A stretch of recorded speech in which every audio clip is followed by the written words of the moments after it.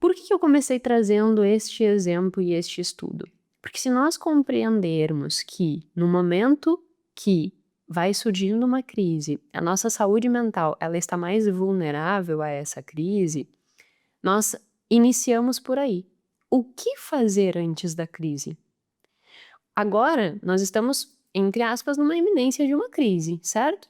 Existe aumento de inflação, existe uma iminência de que pode ter uma guerra, existe várias coisas acontecendo no nosso mundo, né. Pode ser que você esteja numa situação crítica. Qual é o teu primeiro passo antes que a crise chegue, para que te proteja e proteja o teu dinheiro? É que tu cuide da tua saúde mental. Como, Jéssica, cuidar da minha saúde mental? Bom, existe um outro artigo, depois eu vou voltar aqui nesse estudo, porque ele também traz não só os resultados, né, que as crises geram na saúde mental, mas ele traz o que agrava e quais são os aspectos protetivos, né. Mas eu primeiro quero falar sobre esse aspecto bem pontual, que é um aspecto protetivo, e trazer a discussão de um outro artigo que avalia exatamente este ponto, não diretamente avaliando o impacto de uma crise exógena, mas dificuldades financeiras familiares. Que estudo foi esse? Bom, se nós estamos entendendo que a crise ela mexe com a nossa saúde mental, e se mexe com a nossa saúde mental, mexe com o nosso bolso, porque a pobreza ela gera um sofrimento psíquico que gera um problema de labor, né, de trabalho. Então o que acontece é que essas coisas elas se retroalimentam, né. Eu tenho a crise, ela gera o problema psicológico gera um efeito no meu desempenho gera maior problema psicológico que aumenta o impacto da crise. Então a gente tem aí uma questão muito direta entre saúde mental, impacto da crise e resultado financeiro. E aí por isso que, quando nós vamos olhar para a nossa vulnerabilidade diante de crises, nós temos que pensar: "O que eu preciso fazer antes que a crise surja?". Eu preciso me fortalecer psicologicamente. Se eu me fortaleço psicologicamente, eu já vou dizer a evidência de um artigo que é muito interessante nesse sentido. Se eu me fortaleço psicologicamente, quando a crise surge, eu já estou muito mais preparado. É como se a gente fosse criando cascas. A minha mãe, quem já acompanha aqui o podcast, né, já deve ter escutado quando ela veio aqui, que nós falamos sobre medos e ela disse que a gente precisa criar músculos. Então, até os meus alunos da primeira turma da formação fizeram uma caneca, ó. É preciso criar músculos para dar para minha mãe de presente, coisa mais lindinha. A mãe foi viajar, foi para uma Hops, então eu fiquei com a caneca dela por enquanto. Na volta ela passa aqui, pega a caneca dela. Mas, ela sempre diz essa coisa de nós precisamos criar músculos, e esses músculos eles também são músculos emocionais, porque se nós temos músculos emocionais, nós temos capacidade de lidar melhor com os desafios também financeiros. E aí olha que interessante, o que poderia ser uma estratégia que muitas vezes é negligenciada, mas é extremamente protetiva para que a gente crie músculos, para que quando aconteça algo nós estejamos melhor preparados ou também para evitar que a crise chegue. Do que eu estou falando? Apoio afetivo. Exatamente isso. Foi feito um estudo com 3 bases de dados, também pegando a América, né, pegando os Estados Unidos e um país europeu. E o objetivo do estudo com essas bases de dados era entender o seguinte: será que um apoio emocional, ele gera proteção e isso reduz as dificuldades financeiras? Será que este criar músculos em termos de estar preparado para os desafios e inclusive evitar problemas financeiros, será que a questão afetiva de vínculo afetivo pode ser uma variável protetiva? E aí eles pegaram essas bases de dados, né, com inúmeros questionários, porque eles entendiam que essas bases de dados, por abordar a questão de bem-estar, por abordar a questão de saúde mental, por abordar vínculo afetivo e também ter os registros da evolução financeira das famílias, facilitou muito que eles pudessem fazer esse estudo, né. E aí, o apoio emocional, só deixando claro, eles mensuraram o apoio emocional levando em consideração escutativa, então a capacidade que nós temos de estar num meio que nós temos com quem falar. E do outro lado existe uma pessoa com escutativa. Então não é aquela pessoa que tu vai sentar do ladinho e tu vai dizer assim, ai, não tô bem. E aí a pessoa vai te olhar e dizer assim, ai, não te fresqueia. E vira as costas e não te dá bola. A escutativa é tu chegar e dizer assim, olha, eu não tô bem. E a pessoa diz assim, tá, vamos analisar por que tu não está bem? O que tá acontecendo? Aí tu pode começar a discorrer, né? Nossa, não tô bem porque eu tinha uma expectativa em relação a não sei o quê e essa coisa não aconteceu. Ou me dediquei e não tive o resultado que eu esperava. Aí a pessoa, como escutativa, vai escutar, acolher e contrapor de uma forma estratégica, digamos assim. Esse é o ideal, né? No contrapor, que eu digo, não é afrontar, mas é conduzir um pensamento reflexivo. Tá, mas tu tinha uma expectativa e não atingiu. Mas a tua expectativa era factível? Será que tu estabeleceu objetivos que eram coerentes com a realidade? Será que tu não criou uma expectativa para além do que seria possível e factível? Ou será que tu te esforçou ou que tu não cometeu algum erro no meio desse caminho que afetou esse resultado? Enfim, a escutativa ela tá relacionada com eu escutar e aí vem um outro pilar trazido por esse estudo em termos de apoio emocional, que é oferecer conselhos. Mas não conselhos assim, né?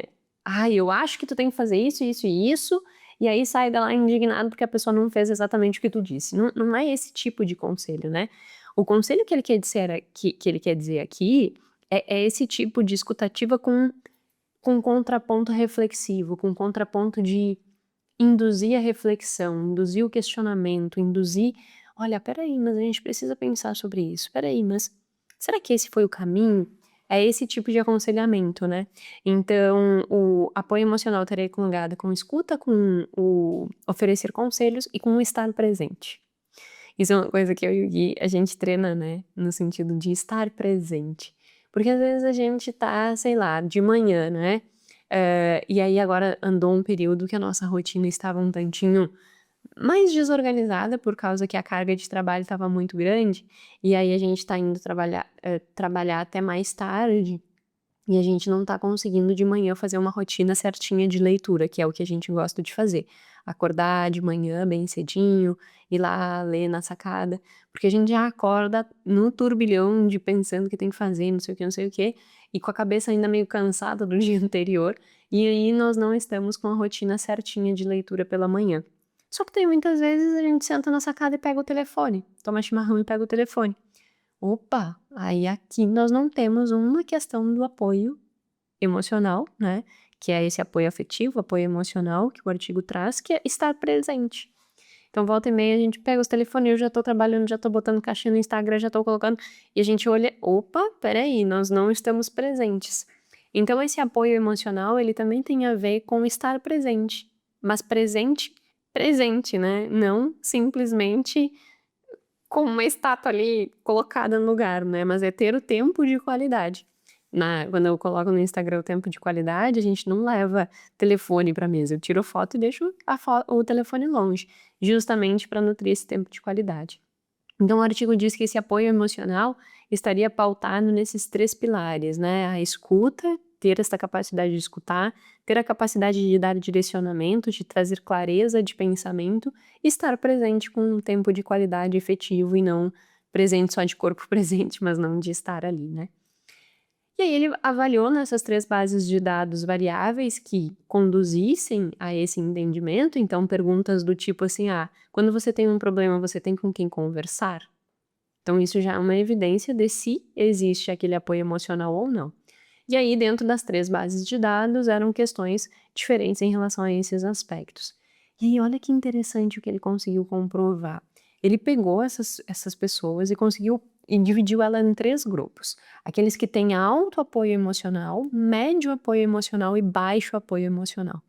E o gráfico do experimento mostra bem certinho, quem tem um alto apoio emocional tem menor dificuldade financeira. Apresentou menor dificuldade financeira. E em termos numéricos, o que o artigo diz é que, em média, de 18 a 24% de chances de que aquelas pessoas que têm mais apoio emocional terão menos dificuldade financeira. Então, o apoio emocional, ele ajuda, né? Ele é como se fosse um amortecedor das dificuldades financeiras. E esse amortecedor, ele varia de 18 a 24%, que é bastante coisa, né? 18 a 24% a redução de dificuldade financeira. E aí o artigo deixa claro que ele não pode trazer uma causalidade, porque nós não isolamos ali todas as variáveis, né? Tipo, pega uma família sem apoio nenhum emocional e pega outra com. Mas como é que eu vou medir esse não apoio? O certo do ponto de vista experimental para que nós pudéssemos fazer causalidade, ou seja, dizer exatamente assim, ó, não ter apoio emocional causa problema financeiro. Ter apoio emocional protege de problemas financeiros. A gente não pode dizer que que existe causa e efeito. A gente pode dizer que existe relação, mas não causa. Por quê? Porque para que eu pudesse dizer que existe relação, eu precisaria pegar, num mesmo contexto, uma mesma família, digamos 2 filhos, e separar, né? Para um, a mãe dá apoio emocional, para o outro ela não dá. E aí ver se no longo da vida um apresenta problema financeiro e outro não. Acho que a ética, né, o comitê de ética não nos liberaria fazer esse experimento. E ele faz esse trocadilho no artigo, ele diz assim: olha, infelizmente, né, nenhum comitê de ética nos permite que nós possamos fazer esse tipo de intervenção. Olha, mãe, esse filho aqui tu não dá apoio, aquele filho tu dá. De todo modo, quando utiliza-se, né, esses instrumentos de autorrelato, da pessoa dizer se ela sente ou não que tem esse apoio, eles conseguiram fazer essa validação e mostraram esse dado de 18 a 24%. Quanto maior o apoio emocional, menor as dificuldades financeiras. Então, a gente tem que partir por aí, né? Como lidar com crise, já que eu sei que ela vai surgir em algum momento? Construa vínculos afetivos fortes. Construa um ambiente que tu saiba para onde correr, que tu saiba que tu tem um porto seguro. E o interessante é que outros estudos demonstram que quando existe isso, de uma forma muito sólida, muito forte, é inclusive melhor se a pessoa ela passou por algum problema de desemprego, divórcio, que gerou ali uma dificuldade financeira momentânea. Se existe um apoio emocional, se ela tem com quem contar, isso dá mais motivação para que ela consiga sair mais rapidamente da fossa, digamos assim, né?